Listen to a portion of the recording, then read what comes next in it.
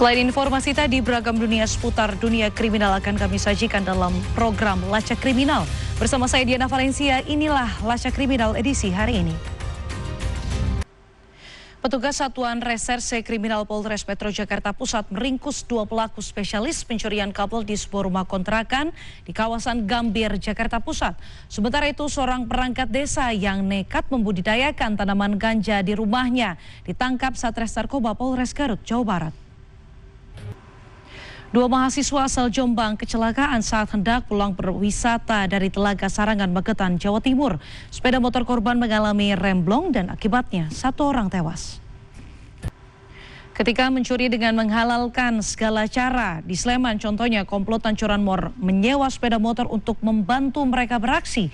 Dan dari motor sewaan ini ternyata polisi pun berhasil menangkap pelaku lewat motor yang mereka sewa. Sementara aksi pencurian uang kotak amal di Masjid Al-Hilal, Desa Tenam, Kabupaten Batanghari, Jambi terekam CCTV. Pencurian ini sudah yang ketiga kali diduga dilakukan oleh orang yang sama. Informasi lainnya, Polda Metro Jaya kembali mengungkap peredaran narkotika jaringan internasional Iran, Cina, Malaysia, dan juga Indonesia. Dan dalam operasi tersebut, polisi menyita lebih dari setengah ton sabu senilai 516 miliar rupiah. Pelaku premanisme dengan modus menabrakkan diri ke kendaraan dan berpura-pura menjadi korban kecelakaan di Tambora, Jakarta Barat akhirnya ditangkap polisi. Sementara itu, 3 pria terekam kamera pengawas saat mencuri motor warga di Matraman, Jakarta Timur. Korban pun terkejut karena ternyata salah satu pelaku merupakan tetangganya sendiri. 2 kelompok warga terlibat aksi tawuran di Terowongan, Manggarai, Jakarta Selatan pada Kamis petang. Aksi saling lempar batu hingga petasan pun tak terhindarkan. Sementara itu, sekumpulan pelajar yang masih menggunakan seragam sekolah terekam mengambil senjata tajam dari pinggir jalan di permukiman warga Jalan Kalianyar, Tambora, Jakarta Barat.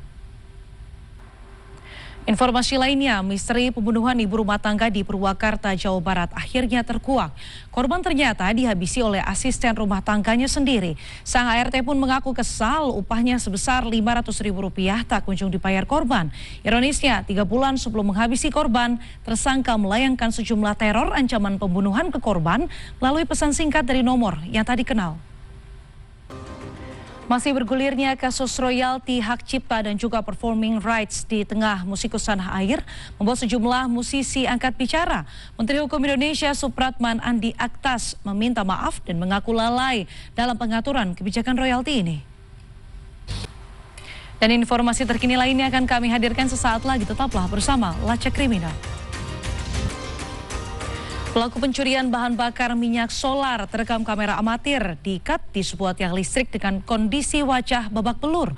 Sementara itu, petugas unit Reskrim Polsek Pangenan, Polresta Cirebon menangkap pelaku pencurian kabel listrik. Petugas yang sebelumnya melakukan pengintaian langsung menyergap ke-4 tersangka. Informasi lainnya, seorang pemuda ditangkap pihak polisian Resor Kota Yogyakarta akibat menghabisi nyawa seorang perempuan di kamar losmen pada Rabu siang dengan cara dibekap. Pelaku diduga terbakar cemburu karena korban menerima panggilan video dari laki-laki lain saat bersamanya. Apel personel gabungan dari TNI Polri digelar untuk pengamanan HUT Kemerdekaan RI ke-80 di Monas hingga Istana Negara. Pengamanan tersebut merupakan bagian dari Operasi Merdeka Jaya 2025. Pakar keamanan siber mengingatkan kecakapan digital tidak selalu berarti mereka yang mampu mengenali jebakan scam. Apalagi di tengah meningkatnya modus penipuan yang menyasar mahasiswa dan juga anak muda. Dan tuntas sudah CNN Indonesia Lacak Kriminal pada hari ini. Tetaplah waspada dimanapun Anda berada, karena aksi kriminal bisa terjadi di mana saja. Saya Diana Valencia pamit, sampai jumpa.